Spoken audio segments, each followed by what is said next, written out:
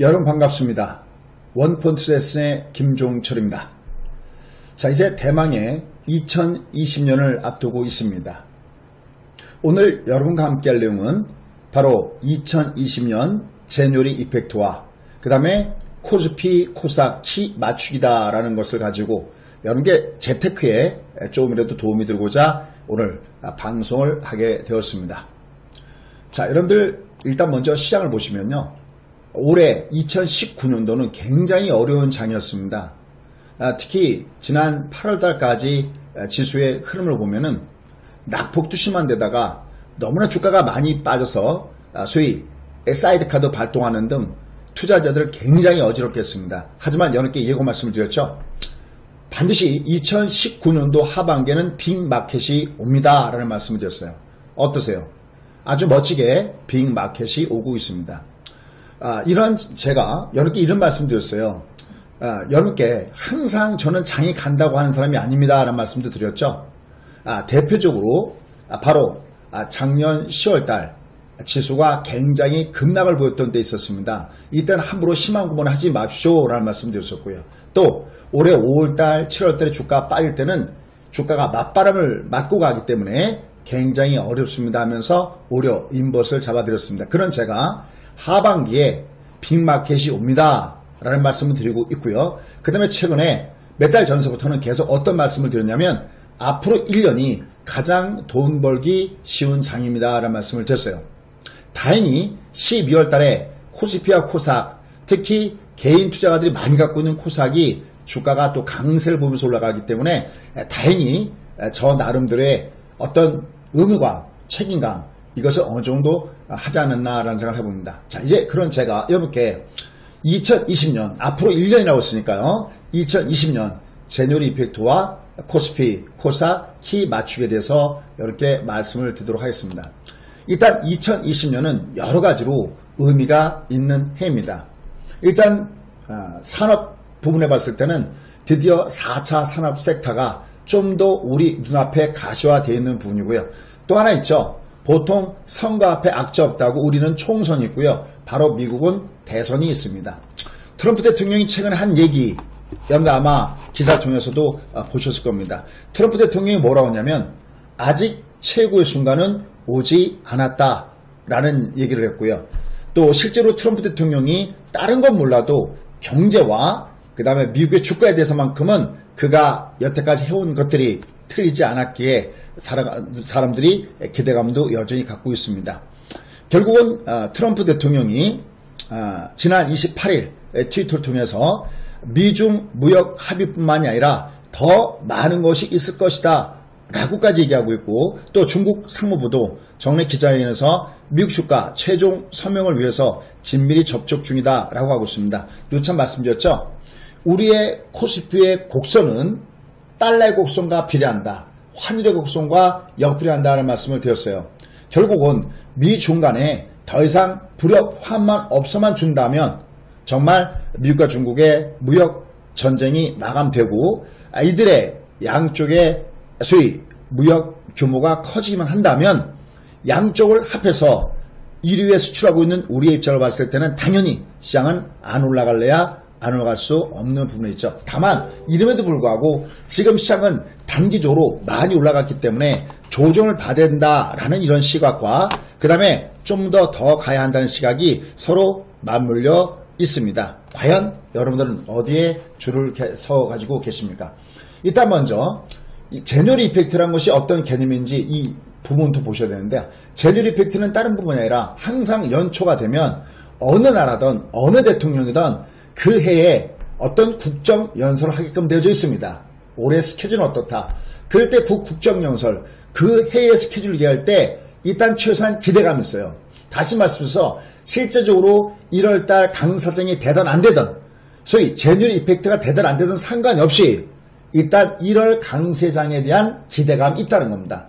주식은 어떻게 보면 이런 기대감을 가지고 미리 선반영돼서 움직이는 거기 때문에 이 제뉴얼리 이펙트의 사실 유무와 상관없이 이것에 대한 기대감이 잔존되어져 있다라는 겁니다. 물론 오늘 지금 마지막 2019년도 장인 오늘 코스피 지수는 조정을 받았습니다. 한 6포인트 빠졌고요. 또 특히 삼성전자나 SK하이닉스나 이런 종목군들이 좀 주가가 하락 조정을 받았습니다. 근데 이것은 단기적으로 급등을 준 것에 따른 조정이라는 겁니다. 자, 그러면 제너럴 이펙트에 대한 기대감은 어디 있을까 하는 겁니다. 일단 첫 번째는 돈이 왕창 풀려 있다라는 겁니다. 여러분들 신용창조라는 걸 아십니까? 여러분들 중앙은행에서 은행으로 돈을 100을 풀면 돈은 100만 돌아다니는 게 아닙니다. 만약에 지준율이 10%다 그러면은 10은 역시 항상 어떤 고객들이 돈을 찾는 걸 대비하기 위해서 항상 10은 남겨놓는다 하더라도 90은 돌아다니죠. 근데 90이 다시 시중에 풀리면 그 돈이 다시 은행으로 들어오죠. 또 그러면 10을 남겨놓고 나머지가 또 돌아다니고 또 다시 들어오면 15를 남겨놓고 나머지가 돌아다니죠. 그래서 대략적으로 보면 돈이 한 100 정도 풀리면 시중에 돌아다니는 돈은 한 1000 정도가 돌아다닙니다. 우리가 이것을 뭐라고 하냐면 신용창조다라고 합니다. 이로 인해서 올라간 장세를 돈빨 장세다라고 얘기를 합니다. 지금 미국은 올해 금리를 무려 3번 내렸습니다. 지금 미국 시장이 강세를 보이고 전세 시장이 이렇게 가득 올라가는 첫 번째 이유 중에 하나는 바로 이런 돈빨 장세가 되고 있다는 겁니다. 그러면 2020년 미국의 금리 사이클은 어떻게 될 것인가? 일단 지금은 금리 동결이 점쳐지고 있습니다. 하지만 중요한 게 있죠. 바로 레포, 단기 금융시장이 여전히 불안합니다. 그렇기 때문에 지금 연준은 계속해서 레포 시장, 단기 금융시장을 안정시키기 위해서 엄청나게 많은 돈들을 풀어내고 있고 우리는 이것을 양적 완화 4차 양적 완화다라고 합니다. 그럼 우리는 어떨까요? 우리는 이미 세계에서 얘기했듯이 지금 우리는 우리 GDP의 무려 1.5배의 돈이 풀렸다라고 이야기하고 그 다음에 바로 슈퍼 예산이라고 하는 512조가 결국은 시행되게 되어 있습니다. 더더욱이 놀라운 것이 있습니다. 이 512조의 이 슈퍼 예산 이게 과연 언제 풀려서 나오냐라는 겁니다. 지금 얘기 나온 것을 보면요. 무려 이 중에서 70% 이상이 바로 내년 상반기에 이 돈이 풀린다라는 겁니다. 정확하게는 71.4%를 쏟아붓는다라는 얘기가 기획재정부에서 기획국무회에서 이러한 내용들을 갖다가 예산 배정 계획을 확정시켜줬습니다. 그러니까 돈이 어마어마하게 돌아다니는 거죠.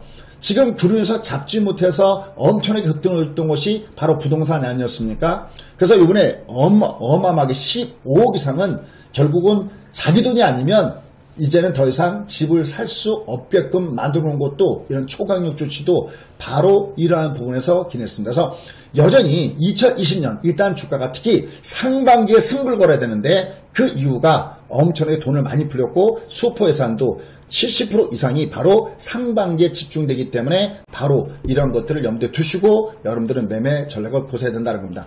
그럼 이렇게 돈이 풀면 어떻게 되느냐? 안전자산 선호 현상에서 위험자산 쪽으로 흘러가게 된다라는 측면을 우리는 필수적으로 알아줘야 된다라는 거 잊지 마시기 바라겠습니다. 자, 이러한 관계에서 우리가 반드시 또 알아야 될 부분들이 있습니다. 그 부분이 뭐냐면 최근에 구리 가격이 아주 강하게 상승을 주고 있습니다. 우리가 보통 구리를 닥터 카파 이렇게 얘기합니다. 그 뜻은 무슨 뜻인지 아시죠? 닥터 카파, 닥터 코퍼 뭐 이렇게 얘기하는데 구리 박사라는 별명이 붙은 이유가 왜 그러냐면 이게 웬만한 경제를 전공한 사람보다 더욱더 경제 흐름을 갖다가 정확하게 찝어낸다. 그래서 바로 닥터 카퍼다라고 합니다. 이 구리값의 최근의 상승이 장난이 아닐 정도로 강하게 치고 올라오기 때문에 바로 이런 닥터 카퍼에 대한 상승이 경기 회복이 다 하셔야 될 거라는 기대감을 가지고 있다는 측면을 보셔야 됩니다. 여기에 또 하나 누차 이렇게 강조드렸죠. OECD에서 경기 선행지수가 2년 만에 상방향으로 턴하고 있다는 측면도 역시 여러분께 말씀을 드렸던 부분입니다. 근데 역시 뭐니 하더라도 가장 큰 경기 회복에 대한 가능성 어디서 비춰졌을까요? 그렇습니다. 바로 반도체입니다.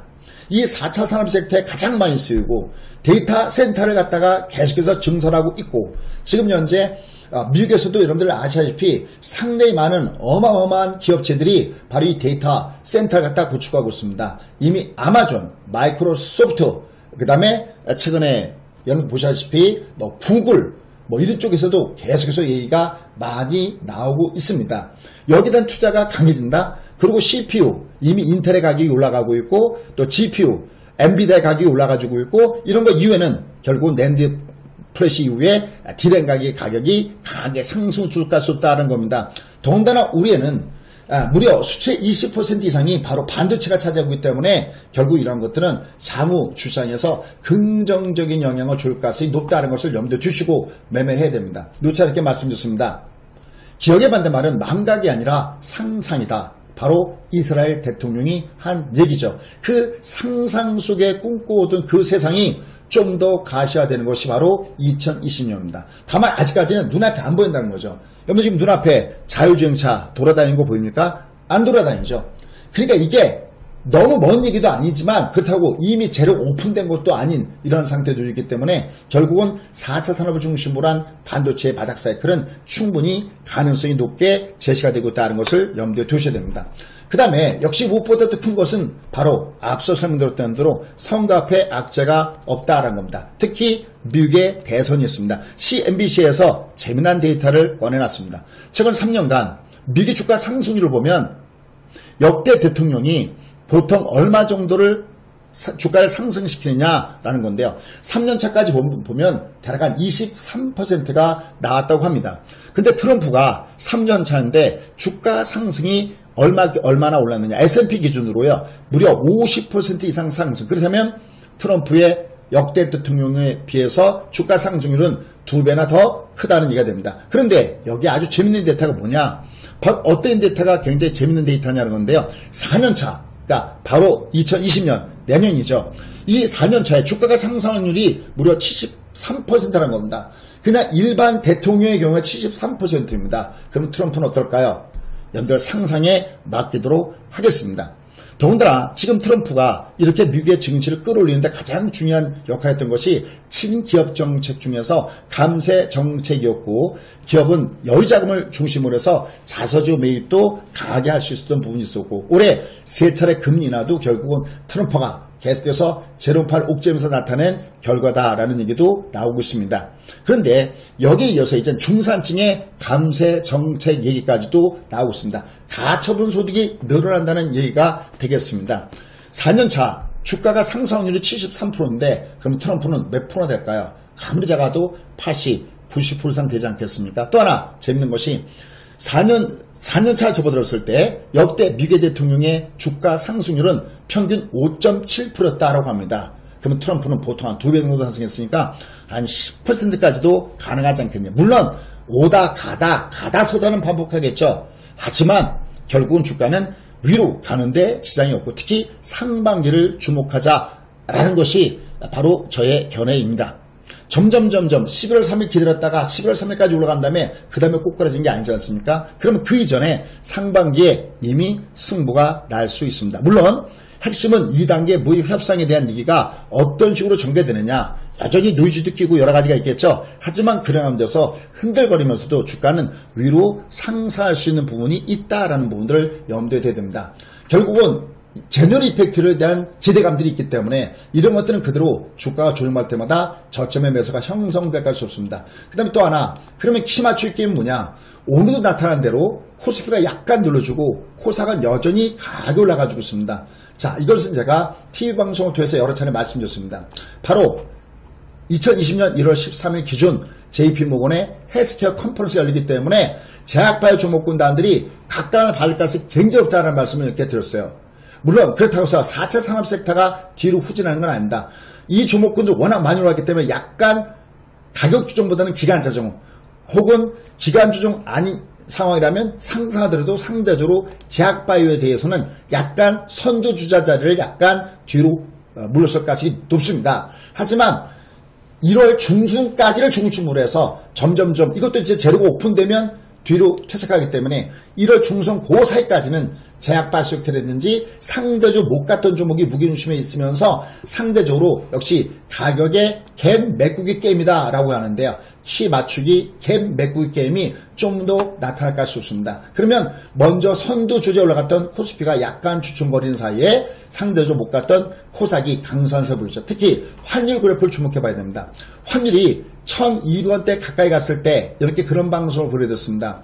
외국인들이 매수해서 그동안 흐름을 보면 외국인들이 다시 매수해서 들어올 수 없다. 그동안에 매도해서 매수로 들어올 수 없다 그러는데 1200원대 근처 가니까 외국인들이 매수되면서 코스피장을 강하게 끌어당겼습니다.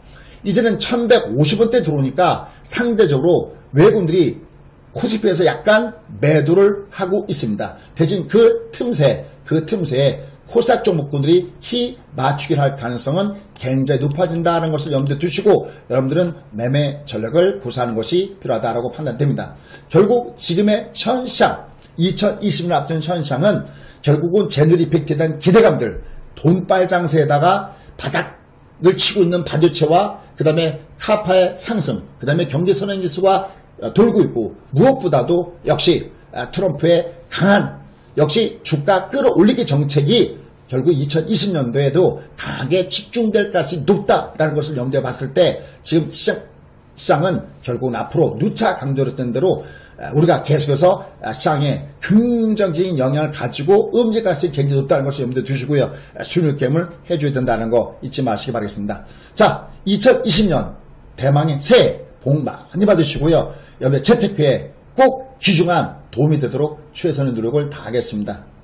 여러분들 2020년도에 정말 앞으로 1년 남았는데요. 저희와 같이 호흡 맞추시면서 좋은 정보 그리고 신속히 그 내용을 보시려면요. 구독과 그 다음에 알람, 좋아요 부탁드립니다. 대망 2020년도에도 여러분과 함께 재테크에 최선의 노력을 다하도록 하겠습니다. 감사합니다.